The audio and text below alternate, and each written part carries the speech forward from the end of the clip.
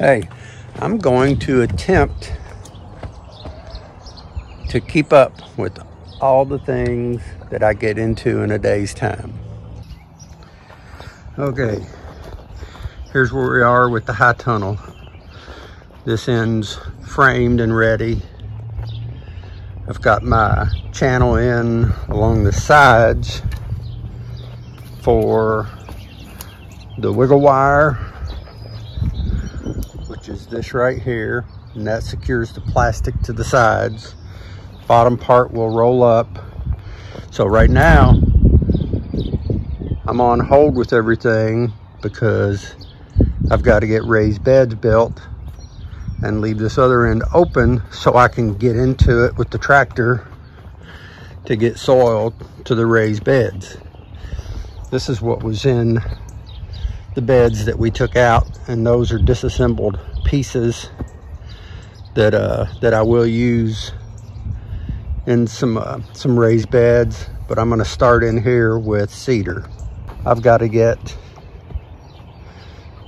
this stuff cleaned up or get this side ready and start a bed down one side so I can come in with the soil and fill it. So I got some grading to do and weed barrier to get down and then start on the beds. I do not remember where I found this, but you talk about a really cool, handy tool. I love this thing. As you see, it's got notches where you can set it to angle it to use this in more as a hoe or for making a furrow. It's just a very cool old tool and pretty tough as well. Okay, so I said I was gonna attempt this and I've already forgotten to set the camera up while I got this ground graded over here and ready to put some weed barrier down. And I've got to go over here and put a piece up for Kim on one of the raised beds to get a cover over it. Well, the last video didn't work very well because I forgot to flip the lens around on the way the camera's recording. All right, let's go get the tractor and get some cedar down here to the garden.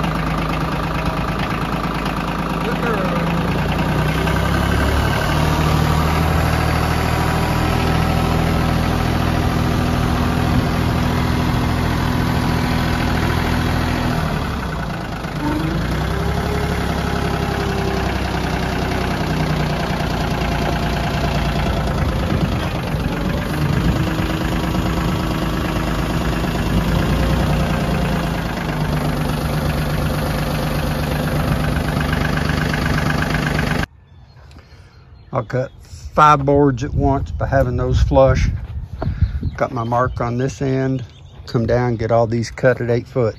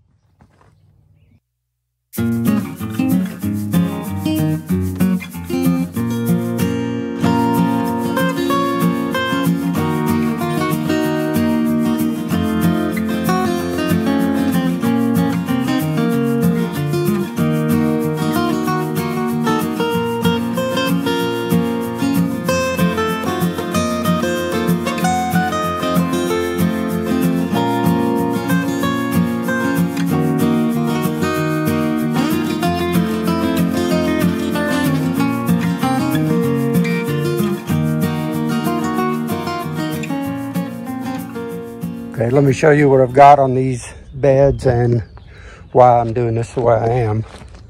They are outside diameter, 8 foot by 36. So I guess I should turn the camera around so you can see, you think? There. So I've got 8 foot boards this way, 33 on the inside, and I've got 95 on the center, 3 foot here, and the bottom's the same as the top. Staggering these joints like this will give me a lot stronger corner. Normally, the other beds that I've built with the supports on the outside to hold everything in. But this one, now that I have a sawmill, I will be able to put 4x4 corners on the inside. I'll also put a center brace in there to help these keep from bowing out. And they'll be a lot cleaner and a lot better along the outside.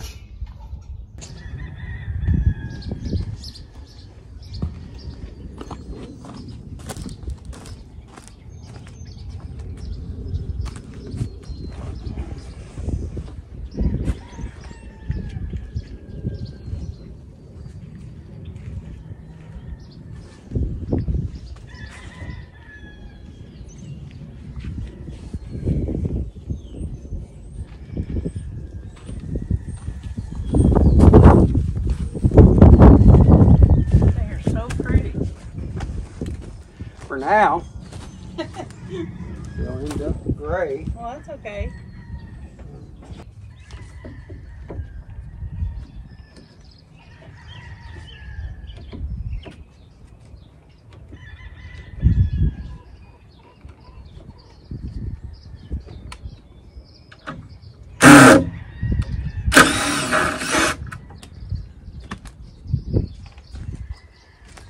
I don't like Phillips screws, but I got them and I'm going to use them on something.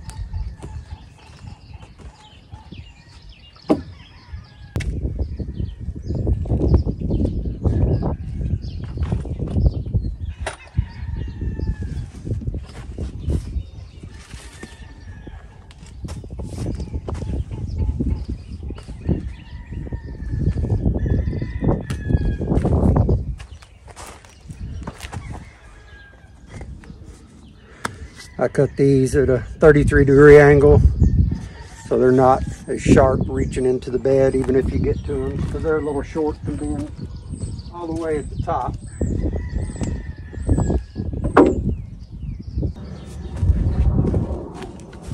I believe our neighbors down here wanted laying hens. I think somebody got the best of them and sold them all roosters when they were chicks.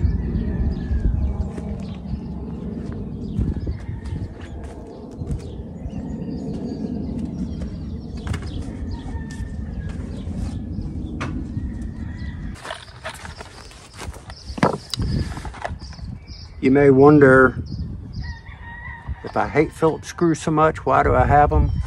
They most likely came out of an estate sale that I bought out.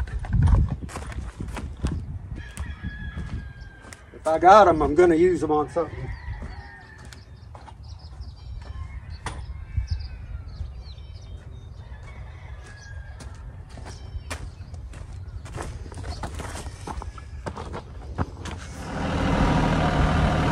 I got enough cedar cut for my next bed, so I gotta go down there in the bottom land and get more logs up to the sawmill.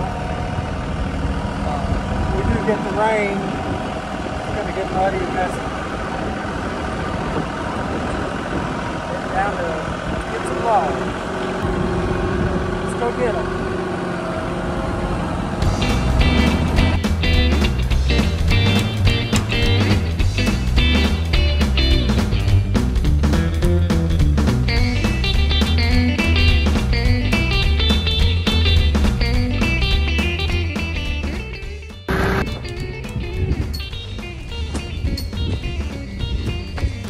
Fun part.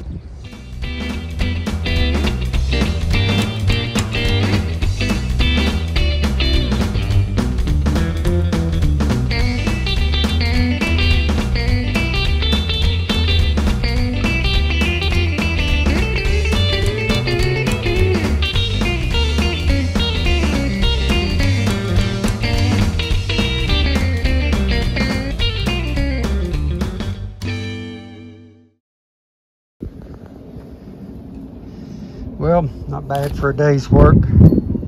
Got to come back out, go get a bite to eat, definitely get something to drink, clean up the soil spilt out of there. I don't know if you can tell how dark this stuff is really with this camera.